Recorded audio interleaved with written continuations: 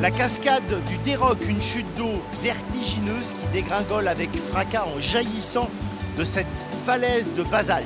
Du minéral, de l'eau, cette ancienne coulée de lave qui domine les vastes étendues de l'Aubrac symbolise à elle seule la puissance qui se dégage de ce territoire.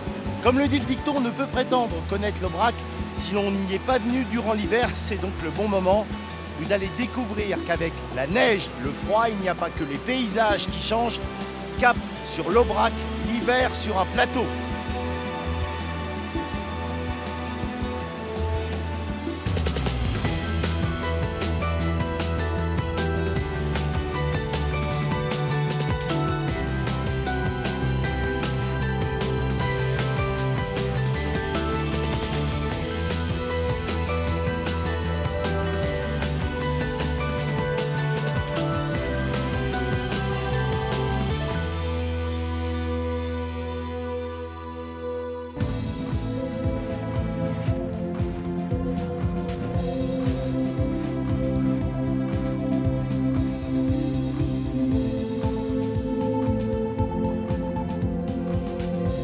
Situé au sud du Massif central, à cheval sur 3 départements, l'Aveyron, la Lozère et le Cantal, l'Aubrac est un haut plateau pour le moins singulier.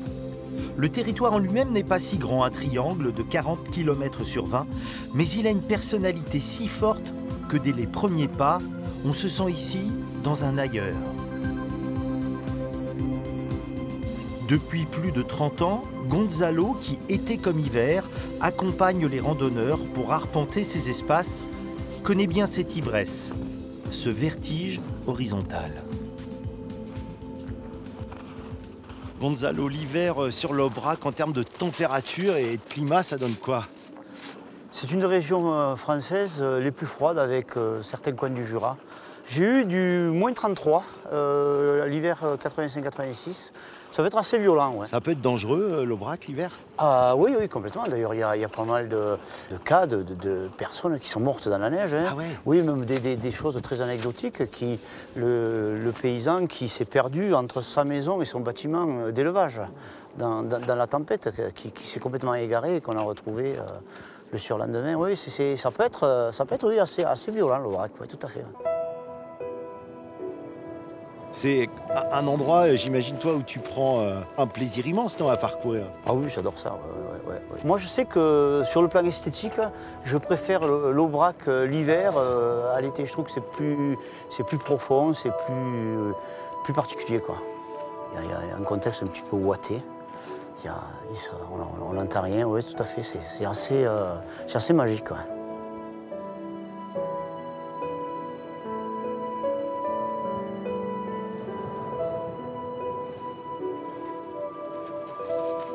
Quand on voit toute cette neige autour de nous, le froid, ça nous ramène quand même à des temps géologiques importants pour la construction de ces territoires. Oui, le plateau de l'Aubrac, comme d'autres régions du Massif central, ont été forgés par la glace et le feu, hein, c'est-à-dire par les glaciations et les volcans. Donc avec des coulées de lave qui se sont épanchées. Et donc du coup, on a un très très beau plateau volcanique avec des dimensions respectables qui en font d'ailleurs un des plus beaux plateaux volcaniques du Massif central. Ouais. Petite immensité, c'est ça? C'est ça, ouais, je crois que ça va pas mal, ça va, une petite immensité, ouais, ça va bien, ouais. Tout à fait ça, ouais.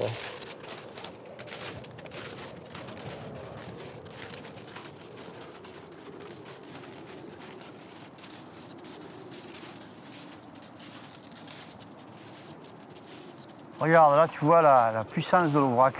La force de la neige qui part à pousser, à complètement vriller l'arbre, à complètement tourmenter, torturer. C'est un apprentissage aussi du regard, en fait, hein, l'Aubrac. On est dans une infinité blanche, puis tout d'un coup, hop, un végétal, un arbre, une roche avec des lichens dessus qui va amener une tache de couleur, une note différente. Ouais, c'est ça. À chaque pas, il y a une petite surprise comme ça, au milieu d'une immensité relativement abstraite, quoi.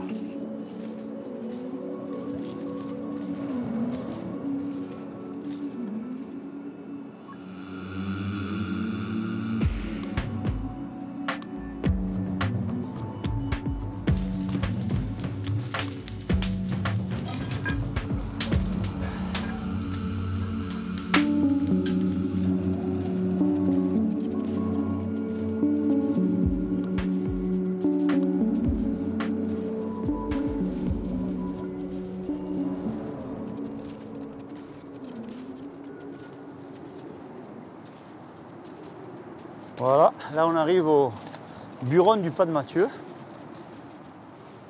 Alors à l'origine, les burons sont des chalets d'alpage où on fabriquait, durant la période de transhumance, la fourme d'Aubrac. C'est une halte pour les randonneurs. C'est une halte pour les randonneurs, ouais, on peut très bien venir y coucher, venir y pique-niquer. C'est quoi, j'ai faim moi, ça m'a creusé. Eh bien, écoute, ça tombe bien. Hein.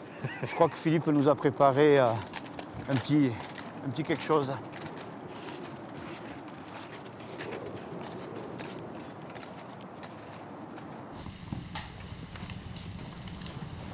Salut Philippe. Salut les gars. Wow, super. Écoutez, ça va être prêt, ça va le faire. Ah bah là oui, c'est sûr, ça va le faire. Allez, regardez ça. Hop, juste à temps. Tout est prêt? Ouais. Quand tu coupes pas les saucisses pour les randonneurs, Philippe, qu'est-ce que tu fais à Saint-Urcise? Enfin, je m'occupe, tu vois. Je suis fontainier, je m'occupe du réseau d'eau, je suis forgeron et je m'occupe de la station de ski. Station du ski. Alors moi, c'est quelque chose qui peut surprendre. C'est quoi, 1200 mètres à peu près à moyenne, hein 1300, disons On est à 1200, entre 1200 et 1400 mètres. On fait de l'alpin, on fait du fond si tu veux. Ma Saint-Urcise, tu as 3 téléskis, 6 pistes. C'est vraiment une petite station populaire et familiale, on va dire. C'est la petite station qui fait attention au porte-monnaie de ses amis, de ses clients. C'est des amis. Hein. C'est-à-dire le forfait, c'est combien? C'est-à-dire un forfait, une journée entière, un adulte, c'est avec 22 €, il a l'équipement et les remontées. Un gamin qui n'a jamais skié, pour 4 €, il skiera une journée entière. Voilà. C'est-à-dire qu'on est à la portée de tout le monde. Et si, on n'a pas des gros moyens non plus, il n'y a pas de canons à neige chez nous, il n'y a pas tout ça. Ça serait plutôt les canons de rouge qui arrivent. Ça serait plutôt les canons de rouge, mais il n'y a pas, si tu veux, de toute façon, on n'a pas les moyens. Et on veut rester comme ça, à ce niveau-là. Toutes les stations de l'Aubrac, soit Laguiole, Bramelou, Saint-Urcise, Nazinal, on a réussi, à force de volonté politique et puis de beaucoup de bénévolat, comme c'est le cas de Philippe et d'associatifs, à les pérenniser. Et on est en 2016, on est toujours là, quoi. Parce qu'en plus, nous, la petite station, là, comme ça, c'est la vie du village. Il y a un centre de classe de neige, c'est 50 gamins en permanence tout l'hiver, c'est 10 emplois. C'est les petits commerçants là, qui travaillent à Arcet de saucisses et viennent de Saint-Urcise. Rien n'est acheté dans les supermarchés ou ailleurs. Tout est pris sur le village. Que ce soit ça, que ce soit le pain, tout. C'est presque du militantisme d'avoir une station de ski. Oui, voilà, ouais. Complètement, ouais. Oui. Ouais, c'est une station militante, ouais. Voilà. Tu as dit le mot, ouais. D'ailleurs, c'est pour ça, à ce titre aussi, que la station de Saint-Urcise, avec ses collègues de Bramelou, de Nazminal et de Laguiole, est toujours candidate à l'organisation des Jeux Olympiques de 2022. Oui, on ne veut pas le savoir. Les premiers Jeux bio, ça sera chez nous. Ah oui, sans dopage, sans rien du tout. On a lancé cette boutade là, ouais. Ça permet de rigoler un peu, puis de ne pas trop se prendre au sérieux, quoi. Voilà. Ouais. Alors, à la candidature aux Jeux Olympiques 2022, à des stations de ski d'Aubrac.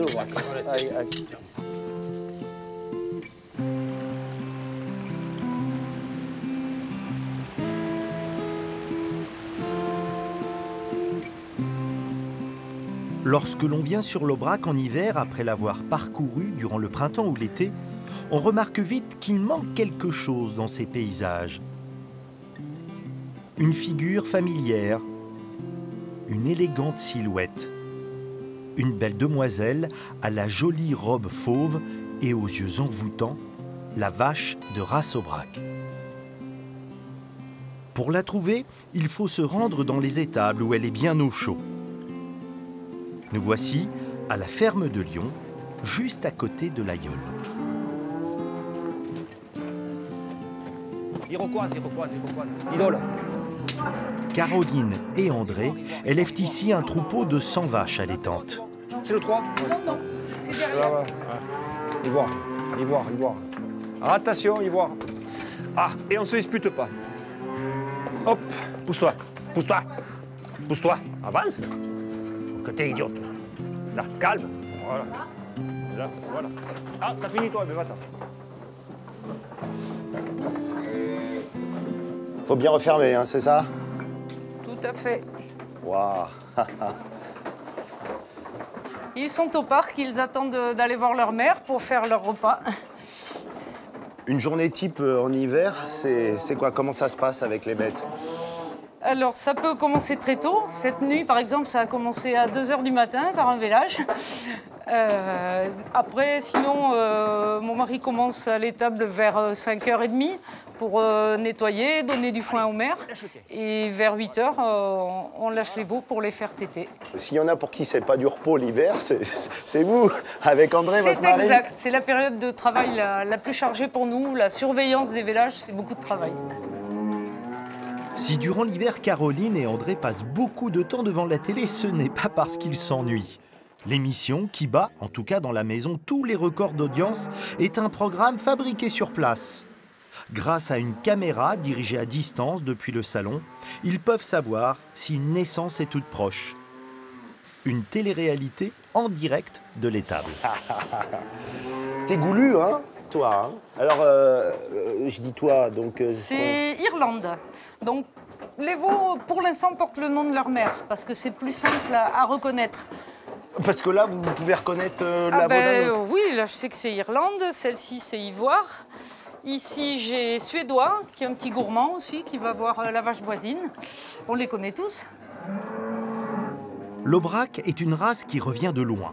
Elle a été sauvée de l'extinction à la fin des années 1970 par une poignée d'agriculteurs qui refusaient de la voir mourir.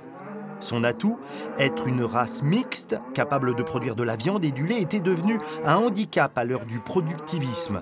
On leur préférait les vaches spécialisées, avec plus de rendement, mais moins de rusticité. Prends ça, oui. Oui, c'est vert, thé, Hongrie. Oui, vire, thé, vert, doucement. Qu'est-ce que vous faites là, André? Je donne du sel. Je donne du sel pour qu'elles donnent le lait à leur veau et qu'elles le reconnaissent bien, quoi. C'est-à-dire qu'elles aiment du sel, donc elles vont le... Ah oui, plus elles aiment leur veau, plus elles ont de lait. Puis après, ça leur permet de le reconnaître au goût, à l'odeur, là. Là, si vous les mettiez dehors, au-delà des veaux, bien évidemment, c'est trop froid pour elles. C'est trop froid, là, non, c'est pas... Il n'y a rien à manger, encore, non, non. Là, on assure au maximum. C'est des bêtes qui vont sortir vers le 10-15 avril. Et elles auront leurs petits avec elles vers le 10 mai, pas avant. De façon à préserver au maximum les prairies de fauche et être autonome. L'Aubrac, sans la race Aubrac, qu'est-ce que ça serait l'Aubrac? Il faut de la vache Aubrac sur le territoire, c'est évident. Et pourquoi? Mais pourquoi? Parce que c'est elle qui nous permet de vivre sur notre région. C'est une race qui est adaptée tout à fait à notre territoire. C'est une bête qui a beaucoup de rusticité. C'est une bête qui est profonde de côte, qui a une bonne ligne de dos, qui a de bons aplombs. C'est une bête adaptée à notre terroir. Mais vous voyez, c'est une famille, l'Aubrac. Vous voyez, regardez les têtes. Hein, voilà, on essaye d'avoir une homogénéité. Quand on pense qu'elle a failli disparaître, c'est juste dingue, quoi. Oui, mais bon, comment dire, c'est l'époque qui le voulait, c'est l'époque moderne, là. On cherchait de l'argent, ils se cherchaient une plus-value trop rapide, quoi. Quand on travaille avec du traditionnel comme nous, il ne faut pas être pressé, il faut savoir attendre, il faut savoir cueillir le fruit quand il doit arriver, c'est tout. Hein. On ne peut pas aller trop vite avec ça. Et puis ça nous permet, cette race, de conserver le patrimoine, de conserver... même à nos jeunes qui vont arriver sur l'exploitation, de pouvoir continuer. Ils auront un outil de travail qui sera opérationnel, quoi. C'est la famille, hein, ça je comprends. Ouais, c'est la famille, mais tout fait bloc. Tout fait. Non, bon, mais c'est vrai. Allez, je vous laisse continuer à travailler parce qu'il y a du boulot. Hein. Oh, mais ça va aller.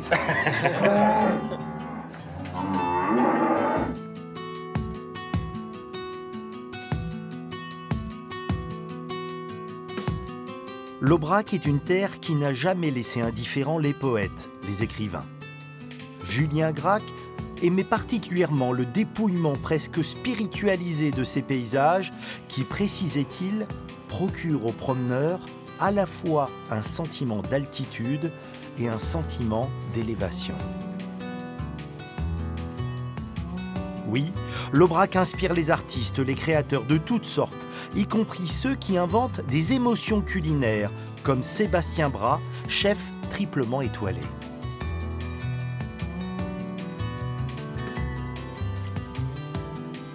Là, ici, c'est mon monde que je te fais découvrir aujourd'hui. L'Aubrac est une terre d'ombre et de lumière. Moi, j'adore ces moments-là. Tu vois, aujourd'hui, ça tombe incroyablement bien. On a différentes tonalités de gris. D'ailleurs, à l'époque, mon père avait été inspiré par ce type de paysage. Il avait créé un plat qui s'appelait ombre et lumière, avec un contraste de blanc très nacré et un noir très profond. Ça l'avait inspiré sur un de ses plats à l'époque.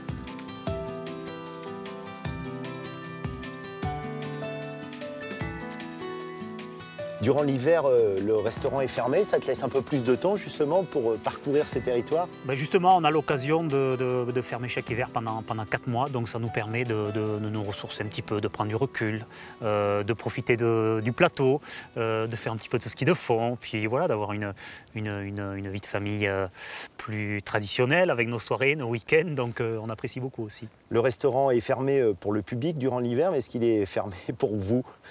Il n'est pas fermé pour nous puisqu'on profite de cette période pour prendre un petit peu de recul, mais aussi se concentrer sur des recherches, sur des produits, sur des visites de fournisseurs. Là récemment, on a travaillé sur des essais de plats à base de tome, parce que la tome c'est vraiment un produit très local, très traditionnel, qui est utilisé pour l'aligot, pour le fromage de l'aïeul. Et je pense que jusqu'à présent, je n'ai pas encore été au bout de ce produit-là. Donc en cuisine, tout se réinvente finalement. Il y a un travail permanent et c'est un éternel recommencement.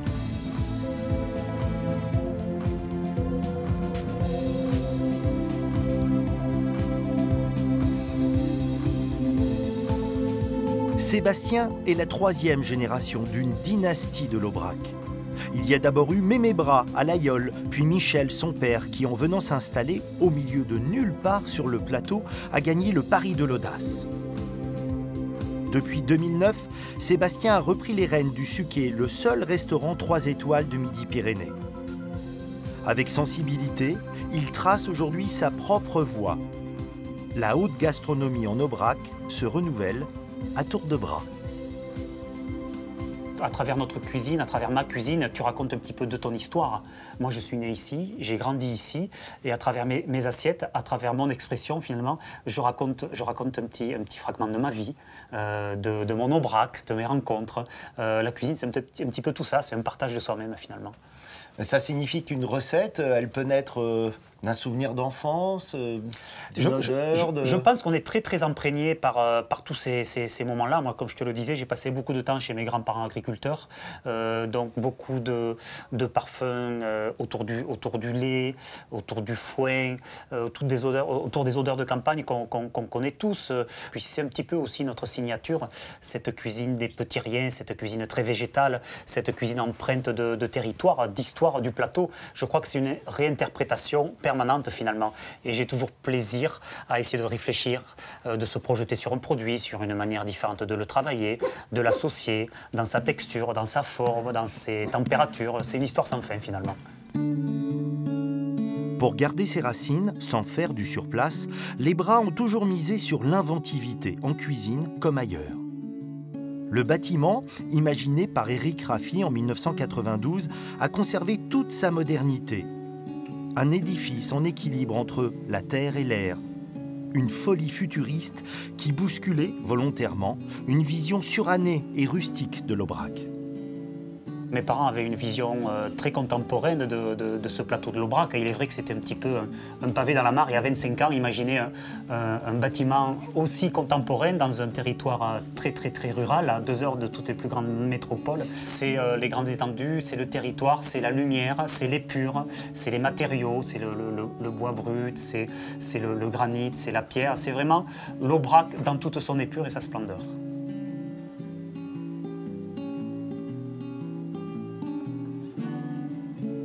Tu dis, pour comprendre ma cuisine, il faut comprendre l'Aubrac. Le lien, il est aussi fort. Oui, c'est pour ça que souvent, je dis à mes jeunes, quand ils viennent chez nous, que s'ils viennent pour des recettes, et que pour des recettes, je peux les leur donner de suite, ils peuvent repartir, c'est qu'ils n'auront rien compris à notre vie, à notre raison d'être, parce que finalement, cette offrande de l'Aubrac, quelque part, qu'on propose à nos clients, c'est l'histoire de, voilà, une fois de plus, d'une famille, de cet Aubrac, de ce territoire. Et il y a beaucoup plus que des recettes. C'est une démarche vis-à-vis d'un pays qui nous a vu grandir, grâce à qui on existe aussi. Donc, quelque part, c'est lui rendre l'appareil, de le mettre en avant et d'en faire la promotion au quotidien.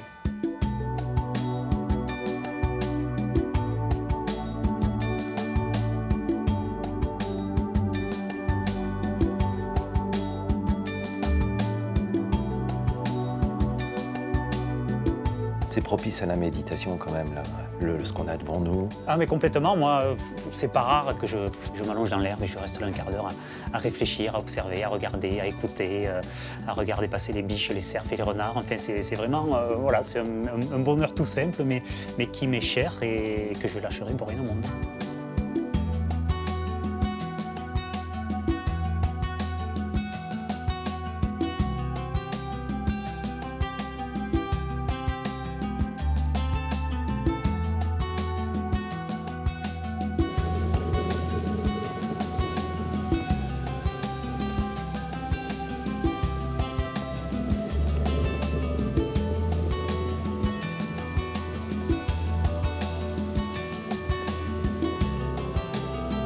On est à quel endroit là, Jean-Christophe? Là, on est sur le plateau de l'Aubrac, au-dessus de la station de ski de l'Aïole, à 1400 mètres d'altitude. Et alors là, on découvre ces paysages d'une façon complètement différente, avec les chiens de traîneau. Combien y en a dans ton attelage de chiens? Alors sur l'attelage, aujourd'hui, on en a mis 10. 10 chiens de traîneau, avec husky et chiens alaskan confondus. Et au chenil, j'ai un pool de 22 chiens. Comment tu le diriges, ton attelage? Alors l'attelage se dirige à la voix. Donc tout simplement par les ordres donnés aux chiens. Là, tu vas voir Arctique, gauche. Arctique, gauche. Tu vois, le chien va à gauche. Droite. Il repart à droite, tout à la voix. Donc il faut du chien éduqué pour ça.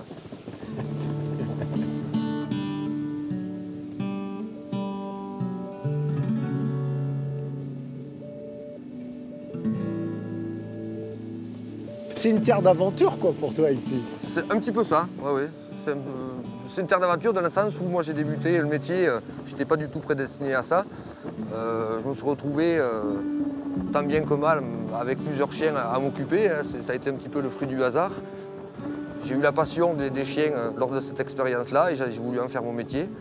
Et donc j'en ai fait mon métier sur l'Aubrac et je trouve qu'on est vraiment sur un territoire adapté vraiment pour la pratique du mushing par ces étendues qui sont immenses. On a, je pense, rien à envier au pays du Grand Nord, quoi, parce que voilà, on se trouve presque dans le Grand Nord. Voilà. On est dans le Nord-Aveyron, de toute façon. Ah, c'est magnifique là. Là, on arrive tout d'un coup au sommet, il y a le plateau qui se découvre devant. Tu t'en lasses, toi, de ces paysages ou pas? Je m'en lasse pas, parce qu'en plus, je peux offrir justement à moi-même et à ma clientèle plusieurs parcours, donc des territoires vraiment ouverts, mais aussi des endroits, on va dire, un petit peu plus sportifs, un peu plus punchy, un peu plus engagés, en forêt, avec des parcours qui sont beaucoup plus techniques et beaucoup moins aseptisés. Chien à gauche, gauche, gauche. Il va falloir les aider, là, ça monte, non? Ouais, toi, reste dessus, vas-y, c'est bon. Ouais, je vais t'aider, sinon j'ai l'impression de tout Chien leur devant. faire faire. Chien devant, ok. Je me trompe ou t'as toujours la banane, toi, quand t'es comme ça avec tes chiens Toujours, ici? toujours. Oh, mais, je vois pas comment je pourrais pas l'avoir. Hein. Allez, chien gauche, gauche. Yeah. Ok. Chien devant, ok. Chien, ok. Ah, ok. Allez, ah. Allez. Non, non, non. C'est gauche. C'est gauche. Ah, dis donc, ils répondent exactement. Et devant. Ok.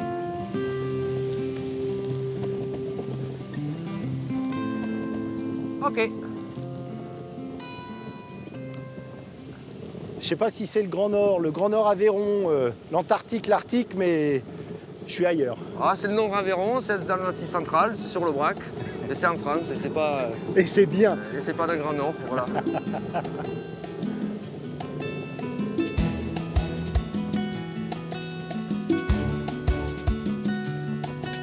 Ok.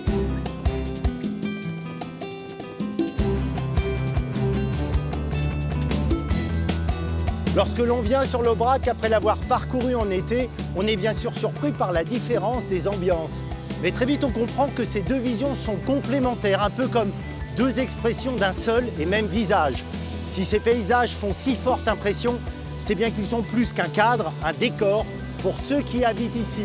L'Aubrac est un véritable compagnon, un acteur de la vie des hommes.